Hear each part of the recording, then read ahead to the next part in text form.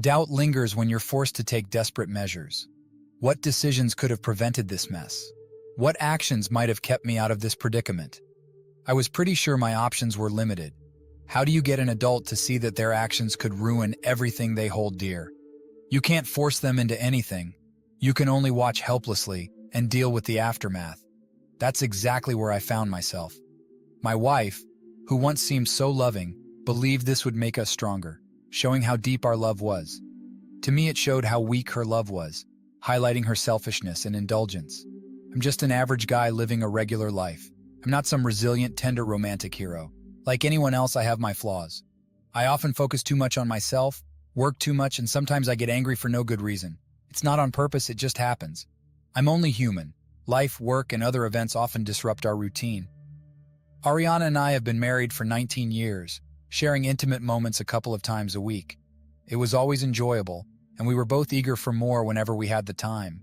Hobbies like football, good books, or TV shows, along with raising our kids, sometimes took our attention away, but we always made time when it mattered. Our marriage was smooth sailing, our finances were getting better, and our daughters, Elena and Serena, who are 16 and 14, brought so much joy to our lives. While I saw myself as ordinary, they were extraordinary. Life was great until my wife started having unconventional ideas. She called our sex life plain vanilla and insisted we needed to spice things up. I was happy with how things were, but I agreed to go along with it. At first, we tried different positions, which I enjoyed because I'm in good shape, but the novelty wore off after a few times. Then she wanted to try role-playing, something I couldn't understand. Where did this idea come from? Her friends, women's magazines, or some TV show? It was fun for a while, but it eventually seemed impractical. Trying to focus on a hot woman while pretending to be Leonardo DiCaprio or imagining she was Scarlett Johansson was too much. I refused to continue, and that's when she got upset. She asked me when the last time I went on a date was. I told her that just last Friday, I took her to that Italian place she wanted to try. We went to the movies, and her mom watched the girls overnight. She clarified that she didn't mean with her. She wanted to know how long it had been since I went out with someone else. I asked if she was accusing me of something. She quickly said she wasn't, and just wondered if I remembered the name of the last girl I went out with before her. I said her name was Lana. About 2 weeks after I met her, we had a big argument about that date. When she asked if I ever missed it, I laughed and said, "God, no." Dating was awful. Not the date itself, which was fine, but the whole process. Asking a girl out, worrying about being rejected, awkward first conversations. It was all traumatic and terrifying. She then asked what brought this on. I told her I was just wondering if she ever felt like going out on a date with someone else. She assured me she never did. She reminded me how upset she was when I went out with Lana and that she wanted us to be exclusive. I agreed and said I wanted the same. I added that if I felt differently, I wouldn't have asked her to marry me. Being married means you don't date other people. She dropped the subject, and I didn't hear about it again for a month. One Friday night, we had just finished making love without any role-playing or gimmicks. It was just us, a man and his wife enjoying each other. I came twice, and she must have climaxed half a dozen times. We lay there in post-pleasure bliss. Then she brought up something that ruined the mood. Ariana mentioned how Mila, her co-worker, had been looking at me and suggested she wanted me to ask her to dance. I assured Ariana it was flattering, but I only wanted to dance with her. She said she told Mila she wouldn't be jealous if I asked her to dance. I replied it was nice of her, but made it clear I had no intention of asking Mila to dance. Ariana then asked if she would be jealous if I danced with another man. I tried to joke that her brother would be okay, but she didn't find it funny. She clarified that she didn't mind if I danced with women who were polite and kept their hands to themselves. She asked if there was anyone at the event I wanted to dance with. I said I didn't remember anyone asking me, and she accepted that, saying she was just curious. I had no idea where this was going, but I felt uncomfortable. Unable to sleep, I got up and went to the den to play a video game. She came to the door and watched me for a moment, but I didn't look at her. She went back to bed, and I joined her once she was asleep. Everything was quiet for 2 months until the promotion party at the Monroe Rhino, where there was a great band. We sat in a big circular booth, and Ariana was talking to Mila. Ariana mentioned that Mila wanted to dance and asked if I could be a gentleman and dance with her. Remembering our conversation from 2 months ago, I felt awkward. I valued Mila's friendship and didn't want to hurt her feelings, but I didn't want to dance with her either. The thought of her lush body against mine made me uneasy, but I didn't know how to decline politely. I enjoyed dancing, but I wasn't confident, especially compared to Mila, who moved gracefully like a cat. Seeing no way out, I stood up and said I thought they were playing our song. Mila joined me, her brown thighs visible below her short blue dress. As the song ended, the band started a slow number, and I wondered why now.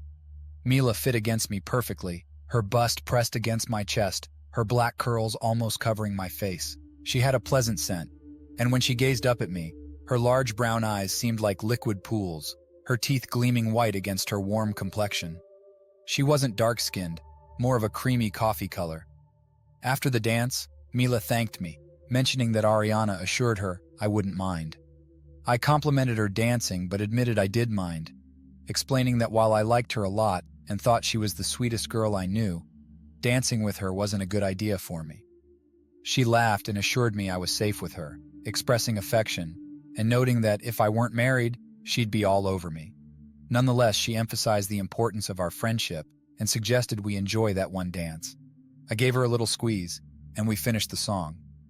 Returning to the booth, Ariana was nowhere to be seen. I scanned the room and saw her black and white dress across the dance floor. She was laughing with some young Nordic-looking guy, his hands lower than they should have been. She noticed me looking for her, smiled, and waved.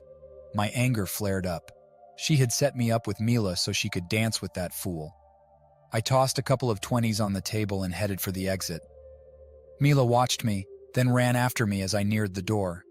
She caught up, a bit out of breath, and asked where I was going. I told her we were being played. Ariana had been hinting at dating other people and questioning me about it. This was a setup, and she used Mila as an excuse to dance. Mila asked what I was doing and if I was just going to leave Ariana there. I confirmed it. She grabbed my arm, feeling guilty, and apologized. I reassured her, saying I didn't like being played any more than she did. She asked for a ride to my house to get her car. As we neared home, my phone buzzed, but I ignored it. Mila glanced at me when her phone rang, and she answered it. She told Ariana we were almost at my house and explained it wasn't her idea to leave. She wasn't about to be stranded. Mila warned Ariana not to put her in that position and hung up. She then informed me that Ariana wanted me to go back and get her. I expressed my frustration with Ariana's childish games, sighing and wondering where this was coming from. Mila explained that a coworker, Sophie, had been talking about having an open marriage, claiming it improved their sex life. She and her husband, Liam, hardly talked and spent their time trying to involve their friends. Ariana fell for it, and Mila believed she was trying to set us up. I was stunned when Mila mentioned that Ariana knew she had always been attracted to me. I almost choked and apologized for the awkward situation. Mila admitted she found me attractive, but emphasized that she preferred one partner and wasn't good at sharing. She reassured me, saying she had nothing to do with Ariana's actions. I promised to keep her updated on what happened, and she left in her car. Entering the house, I gathered my belongings from the master bath and moved them to the guest room. I also retrieved my work items and placed them there, locking the door. I went to sleep, possibly helped by the drinks it had. I was partially awakened by the slamming door downstairs and footsteps in the hallway. The doorknob to the bedroom twisted a few times, followed by a tap on the door. I heard Ariana's whisper, careful not to wake the girls, asking what was going on. The tapping and whispering went on for about 10 minutes before her footsteps retreated to what used to be our bedroom. Oddly, I found myself disliking the guest bed. Trying to slip away before she woke up in the morning, I failed. She came downstairs while I packed files into my briefcase. She, clearly angry, demanded to know what was wrong with me. I snapped back, saying maybe she should ask herself that question. Her voice rose, asking what that was supposed to mean. I picked up my briefcase, saying everything I did was a reaction to her actions. I told her I didn't want to look at her right now, warning how close she was to making me permanently angry. I instructed her to get her act together and be ready to talk when I got home. I mentioned I would pick up the girls and take them to Mom's to settle the matter. Her face went pale, and she claimed not to understand what I was talking about, suggesting she might have plans for the night. I told her it was up to her, saying if she wanted to fix things, She should be ready and stop making excuses. I added that if she was fine with the status quo, she could do whatever she wanted.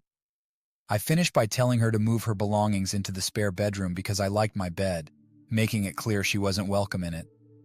She puffed up, but I left and went to work. I picked up the girls from school, and they happily went to Grandma's for the evening. I informed Mom that Ariana and I were having some issues and needed time alone. She hugged me and expressed her love. I was grateful not to have to answer a bunch of questions. Ariana was there when I got home. She had made cookies, and a plate of them and a cup of coffee were waiting for me. She hugged me for a moment, kissed my cheek, and sat beside me on the sofa. I helped myself to a cookie, oatmeal with chocolate chips and M&Ms. It seemed like we were off to a good start, and I hated to ruin the peace. I told Ariana I was upset about what she did the previous night. I emphasized that her actions were hurtful to me, embarrassing for both of us, and disrespectful to Mila, who was supposed to be her friend. Ariana struggled to look me in the eye and muttered an apology for her actions.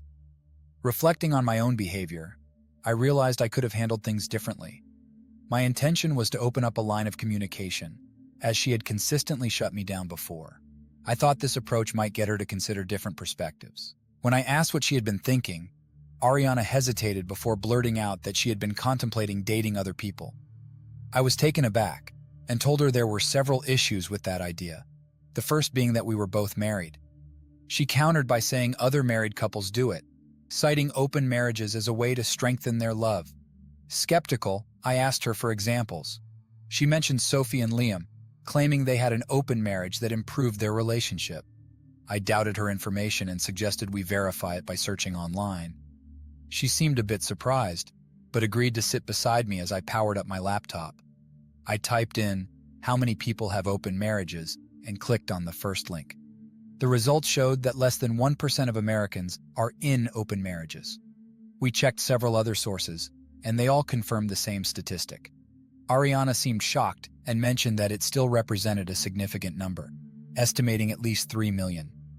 I suggested a different search. How many Americans expect their partners to be faithful? We found that more than 95% of Americans expect fidelity in their relationships. I asked Ariana what she thought that meant. She replied that it indicated most people aren't open-minded, and she had expected to see more people living alternative lifestyles because she heard about it so often. I wondered aloud how many of these open marriages end in divorce. Despite her reluctance, I insisted on finding out. Typing in, "How many open marriages end in divorce?" we discovered that 92% of open marriages end in divorce within 5 years. I broke it down saying, less than 1% of Americans are in open marriages. Out of 1 million people, fewer than 10,000 are in open marriages. If 92% of those end in divorce, that means out of those 10,000, only 800 will still be together after 5 years. That's 800 out of 1 million. I asked Ariana to consider the odds of success for an open marriage, especially when 92% of 1% fail. She admitted the chances weren't very good. I pointed out that the few successful ones were where both partners were fully on board.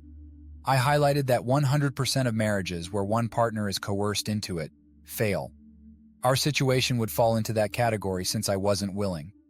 I explained how feelings of resentment, jealousy, and insecurity would ruin us if I went along with this. I reassured her that I wasn't desperate to keep her under such circumstances, mentioning that other women found me attractive. If I were a pathetic loser or a sick individual, I might play her game, but I wasn't that man. I told her I'd rather she shoot me in the head than break my heart. Ariana weakly argued that not everything on the internet is true. I acknowledged that, noting there's plenty of misinformation, especially about open marriages. I questioned her trust in Sophie, asking if she believed everything Sophie said and pointing out Sophie's multiple divorces. When Ariana didn't know about Sophie's husband, I dug deeper and found out Sophie had been divorced 4 times. Shocked, I remarked that Ariana was taking advice from someone who had failed at marriage 4 times. She defended Sophie, saying she and Liam had a strong marriage. Expressing my frustration, I asked Ariana where she got all this information. She revealed that Sophie constantly talked about it and that she and Liam barely communicated, spending their time trying to engage in intimacy with friends. I asked Ariana how she thought this situation would end. She suggested our sex life had become stale. I disagreed, saying I was perfectly happy. I pointed out that her desire for role-playing had made things weird, and reminded her how she had climaxed half a dozen times the last time. I questioned if those were Sophie's ideas, and her expression confirmed they were. I expressed disbelief and frustration, emphasizing that our marriage was strong and rejecting her suggestions. She argued that it could be exciting to share experiences. I responded that it sounded like a nightmare and challenged her claim about men's fantasies, suggesting she Google it. I made it clear that any involvement in such matters would end our relationship. Ariana looked shocked and asked what "we're through" meant. She wondered if it meant divorce and seemed disappointed, believing our marriage meant more. I echoed her disappointment, doubting the strength of our marriage based on her willingness to entertain such ideas. I asked what she would tell our daughters if we split up, refuting her claim that it would be because I couldn't accept her having other relationships. I stated that the truth would be that their mother didn't love their father enough to honor her marriage vows and provide a stable home. I accused her of putting her desires above the well-being of our family. As our anger escalated, she declared her determination to go through with it, stating it was inevitable. I firmly rejected her proposal, warning her of the inevitable consequences. I told her that our marriage would never survive if she pursued this path, and I would consult a lawyer the moment she did. I gave her a choice: forget about this nonsense and work on our marriage, or we could go our separate ways and start the divorce process immediately.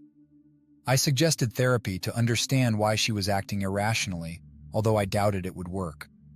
I attributed her misguided ideas to Sophie's influence and warned that nothing good would come from this. I made it clear that I would not sit by and watch her ruin our family. I demanded to know her plans and challenged her to rethink her actions. She taunted me, claiming she had the freedom to do as she pleased and that I couldn't stop her. She argued I wouldn't divorce her because I feared losing everything and threatened to take the girls in the house, leaving me with alimony and child support. I told her to think carefully about the situation and not to act rashly. Despite her claims of love, I refused her proposal, emphasizing that her idea of excitement was nothing but a recipe for disaster.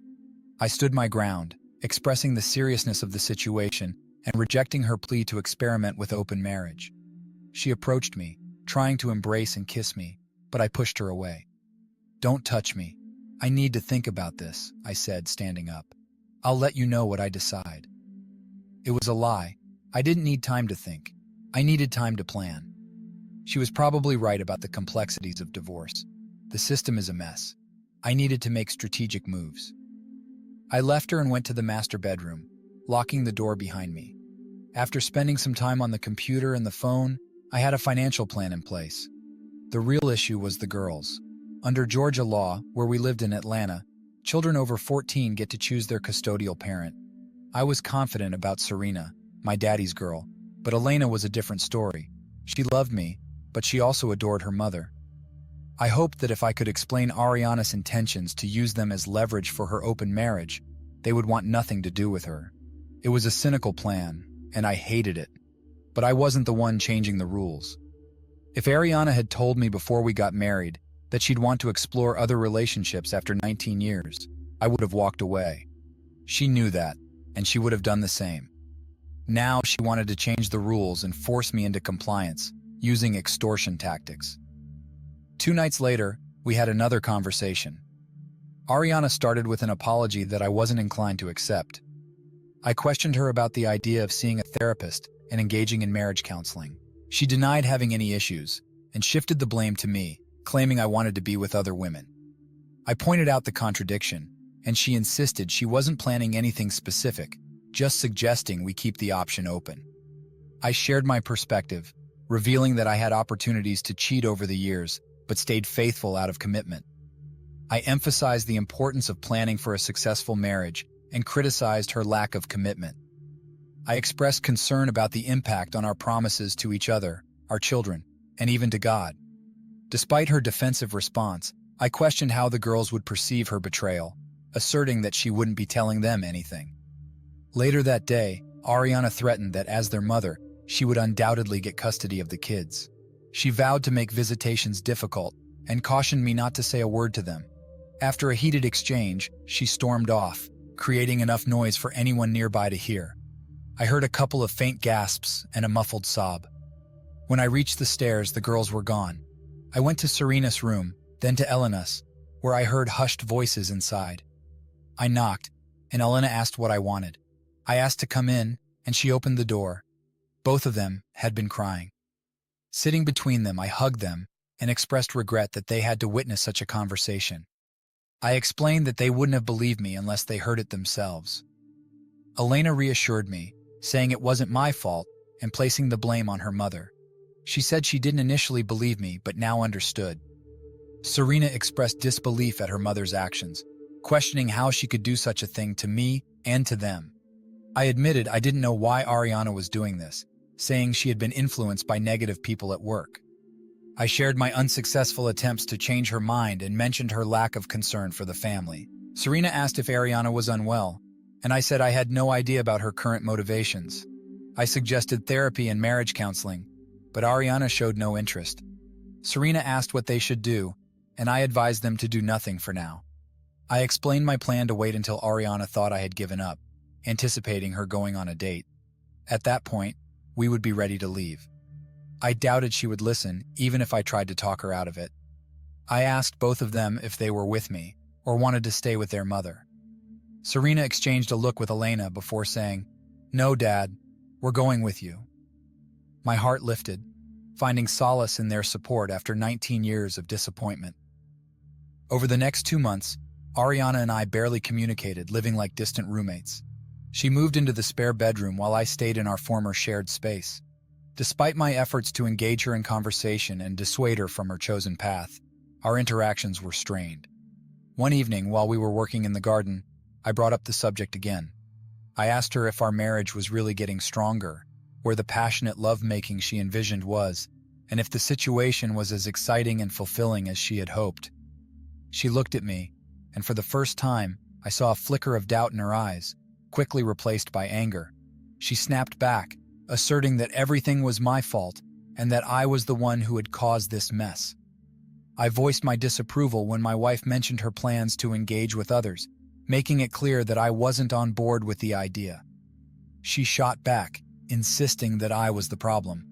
During our heated argument, she practically yelled that I needed to look at the bright side of things.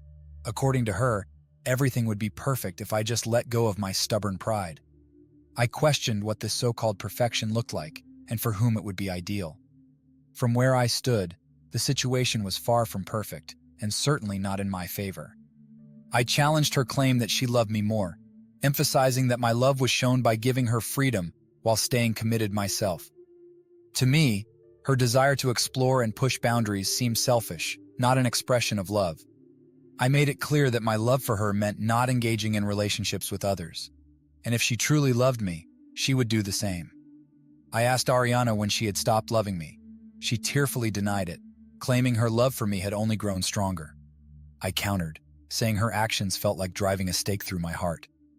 In response, she became furious and announced her plan to go to a club with a colleague, Jack Monroe, on Friday night. She insisted that I join them, promising it would be an exciting experience. Reluctantly, I agreed, figuring that since she was going to do it anyway, I might as well tag along. As she rushed across the garden, she hugged me tightly, thanking me for my willingness to participate. Despite her reassurances, I was already filled with regret and found the situation unbearable. I contemplated seeking support from Mila and decided to give her a call. Mila was furious when she heard about the plan. She expressed her anger, saying she had no idea she was being set up to be with me when Ariana invited her to go clubbing with Jack Monroe. Upon learning the full plan, she vowed to confront Ariana. I asked for her help and trust, assuring her that I needed her assistance in this critical moment as I was planning to leave Ariana. Initially, Mila expressed her distrust, but after I calmed her down, I explained my plan to pretend to be okay with the situation and asked her to play along by going home with me. She hesitated for a moment before laughing and questioning the sincerity of my plan, suspecting it might be a ploy to get her into my house.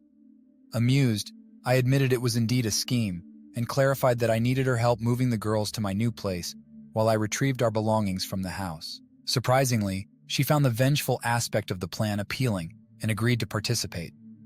Throughout the week leading up to Friday, Ariana acted unusually close, as if there were no tomorrow.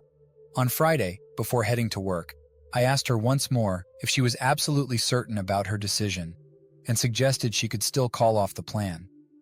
I reminded her of the enjoyable week we had spent together, but she remained resolute, assuring me we could discuss it afterward if needed. She thanked me for my willingness to go along with her plan and promised that the upcoming night would be the best yet. As she danced out of the bedroom, I thought sourly, she knew I was going to love this, right? Let's get this day over with. When Mila stopped by the house on Friday evening, she looked absolutely stunning. Ariana was cute, petite, and slender, with a face that belonged on a teenager, but Mila was in a whole different league. She was tall, with one of those bubble butts you hear so much about but rarely see. Ariana was a bit flat back there. Mila wore a short, tight red sheath dress adorned with sequins, looking breathtaking. I was dressed in a sport coat, black pants, and a ribbed t-shirt under the coat. As she entered, she playfully commented on my attire, suggesting I was attempting to seduce her. I clarified that it was strictly business that evening, reserving any such intentions for another time. She expressed regret at the missed opportunity, mentioning that she was wearing a thong, believing it would be to my liking. Playfully, I asked her to show me, drawing her closer with my hands on the hem of her dress, lifting it teasingly up her legs. She warned about Ariana potentially entering at any moment, but I insisted, emphasizing the need for Ariana to think I was participating in her game. We shared a moment of laughter as I continued the playful interaction. Just as I was about to appreciate the delightful view in front of me, Ariana entered the room unexpectedly. There was a moment of surprise, and Mila quickly adjusted her dress. Ariana greeted us with a smile, commenting on the apparent early start to our evening. I responded with a playful suggestion that she and Jack should be the ones getting a room. Ariana smirked at us, picked up her clutch, and we headed out for the night. Jack met us at the club, and I don't think the evening started the way he'd expected. I shook his hand and just crushed it. I've been powerlifting for years, and one thing it does if you lift without straps is it gives you quite a grip. I could see him start to go weak in the knees, and I let him go. You could tell he wanted to whimper and nurse his hand, but his macho image wouldn't let him. He was one of those pretty boys. Have you ever noticed that as men approach what some women would call ideal, the likelihood of them being a hairdresser or a Scientologist goes up to near infinity? Observing Jack, I drew a parallel with Tom Cruise. Curious, I inquired if he was a hairdresser, to which he chuckled and dismissed the idea, stating that hairdressers are predominantly gay. Acknowledging this, I brought up L. Ron Hubbard and revealed my affiliation with Scientology for 6 years, explaining that I was testing a theory. Mila, having heard my theory before, was on the verge of choking and seemed ready to burst into laughter. Glancing at Ariana, who was visibly seething with anger, I realized I might have shared too many private theories with Mila. Deciding to change the subject, Mila suggested finding a booth and marched away with a tense posture, with Mr. Jack trailing behind her at a safe distance. Once he was out of earshot, Mila burst into laughter, and I couldn't help but join her. "You're a mean man, Lucas," she said with a grin. "Yeah, well, it's been quite a night," I replied, nudging her to get herself together and play the part of seducing me. Mila was a natural, and by the time we reached the booth, I was thoroughly entranced. After dancing with her twice, she did everything short of getting too close right there on the dance floor. Meanwhile, Ariana was busy with Mr. Jack when we got back, and I asked Mila, "Ready for the big show?" Her eyes met mine, and I saw that this wasn't just fun and games for her. Those deep, radiant brown eyes pulled me in, and her full, inviting lips parted slightly as she moistened them with her tongue. I couldn't resist. I had to kiss her, and it surpassed all my expectations. Suddenly, I heard a noise, and Ariana and Mr. Jack slid back into the booth. "Oh no!" I exclaimed, mimicking a Saturday Night Live skit. "Look who's back!" Mila caught on, and so did Ariana, but Mr. Jack remained clueless. Mila chuckled and advised against being mean to him. Ariana's face puffed up like a blowfish, and her smug smirk vanished. I told them that Mila and I were planning to leave and suggested they enjoy themselves. Ariana walked us to the door, asking if I was okay, noting I had been acting like an idiot earlier. I told her I wasn't okay and urged her to leave with me now, suggesting we go home and try to work things out. I warned her that if she stayed, it would be a permanent decision. She seemed excited, saying this would be great for us, and urged me to enjoy myself, assuring it would be awesome. She told me not to be an idiot. I shot back, hinting at her interest in Mr. Jack, not me, and said we were leaving. She grabbed my arm, insisting it would be a great experience, emphasizing that Mila was interested in me. I teased her about spending the night with Mr. Jack, questioning his stamina. She hesitated, saying she might get home around midnight, planning to spice things up with him. I slapped my forehead, remembering their plans. I told her to be quiet if Mila and I were still busy when she returned. She kissed me, and I hoped she enjoyed it, knowing it would be the last one. I left and got into the car where Mila was waiting. She asked if I was sure about my decision, given how long I had been married. I sighed and confirmed that I was sure. She remarked on my calm demeanor, surprised I wasn't more upset. I explained that I had run out of emotional energy after being upset for so long. I clarified that I was just tired now, wanting the ordeal to be over. I told her I had cried countless tears, but that phase was over, and it was time to move on. I suggested we go get the girls. When we arrived, we saw the moving truck already being loaded. The girls were busy hauling their clothes downstairs and packing them in large plastic tubs. We only took essential furniture like the bed from the master suite, the girls' beds, their TVs and electronics, and the big screen we had replaced 6 months ago with an even larger one. Once the girls were done packing, Mila took them in her car to our new place, which was as far from the old one as possible while still being in the same school district. The movers finished, and I took a final look around. The house was empty and silent, with 19 years of memories lingering. With a sigh, I took off my wedding ring and placed it on the kitchen table next to my cell phone. The girls' phones were already there, signaling it was time to go. A sense of melancholy surrounded me as I left with a few petty jabs at Ariana and Mr. Jack. I was walking away from 19 years of my life. Oh well, things happen. I locked up, loaded my tools into the truck, and left. The girls were excited about the new place, especially the backyard pool. They couldn't wait to try it out the next day. "Do you like that, baby?" I asked Serena. She said, "Yeet." I had no idea what yeet meant, but it sounded positive. Mila was there, looking amazing as always. Even if she were Jennifer Lawrence, I was too tired to care. Not that I'd prefer Jennifer Lawrence over Mila, but you get my point. I think she sensed my exhaustion and gave me a dazzling smile, a quick peck on the cheek, and then she was gone.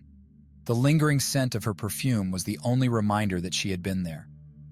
We went to bed, and surprisingly, I slept. Not well, but I did sleep. The next morning, I got up and made coffee, and the girls joined me after a while. We had Danish Kringle and chocolate milk for breakfast, while they watched cartoons until noon. Two adorable little bikini-clad bundles of energy splashed in the pool, while I lounged and watched. My mind wandered, wondering what Ariana was doing. She was likely frantic, calling everyone she knew to figure out what had happened. She was going to have a hard time finding us. I wasn't working. I had sold the business and made out well. The girls weren't in school, it was summer vacation. We weren't going anywhere except the grocery store, and we walked or took the bus. The truck was parked in the garage. I was sure she had the police looking for us, but without a car, we'd have a tough time. The only way she could reach us was electronically. She flooded our inboxes with messages, messaged the girls whenever they signed on to social media, and sent tweets and Instagram messages. We read them but didn't respond. Let her find us the hard way. I knew she'd eventually look for me since she had work and bills to pay. I, on the other hand, wasn't making any payments, and I knew she'd fall behind quickly. We had significant equity in the house, and losing it wouldn't be something she'd want. About 3 weeks later, while I was at the grocery store, a private detective approached me. He asked if I was who he thought I was, and I realized right away that Ariana had sent him to find me. He announced that he intended to report my location to her and suggested I call her, hinting at trouble if I didn't. He even threatened to accuse me of stalking if he saw me around. I brushed him off, telling him to take a hike, making it clear I had no plans to contact her. But I didn't need to. The police showed up soon after, and Ariana had spun them a tale about me kidnapping the girls. They asked me to come to the station to sort things out, and when I refused, they arrested me and took me downtown. The girls were taken in another car, and when we arrived at the station, Ariana was already there. She tried to hug the girls, but they pushed her away. A woman escorted them to one room with Ariana while I was taken to another. The cops started grilling me hard. I handed over my identification and pointed out that they already had my driver's license. I kept my mouth shut, saying only that I intended to remain silent and wanted to speak to an attorney. That shut them up quickly, and I overheard one of them grumble that I was lawyering up. They gave me a phone, and I called Mark Chandler, who arrived within 45 minutes as planned. It took about 3 hours to clear everything up. The girls confirmed they were with me willingly and denied any kidnapping, refusing to speak to their mother. Mark took over, pointing out there was no court order on custody, and under Georgia law, both parents were considered equal candidates for custody. He also noted that kids over 14 could choose which parent they wanted to live with. In the end, they had no choice but to let us go. Mila walked out with us, and Ariana trailed behind, begging the girls to talk to her. They climbed into Mila's car and drove off, leaving us alone in the parking lot. Ariana was a wreck, crying her eyes out. She turned those sad eyes to me and fell to her knees.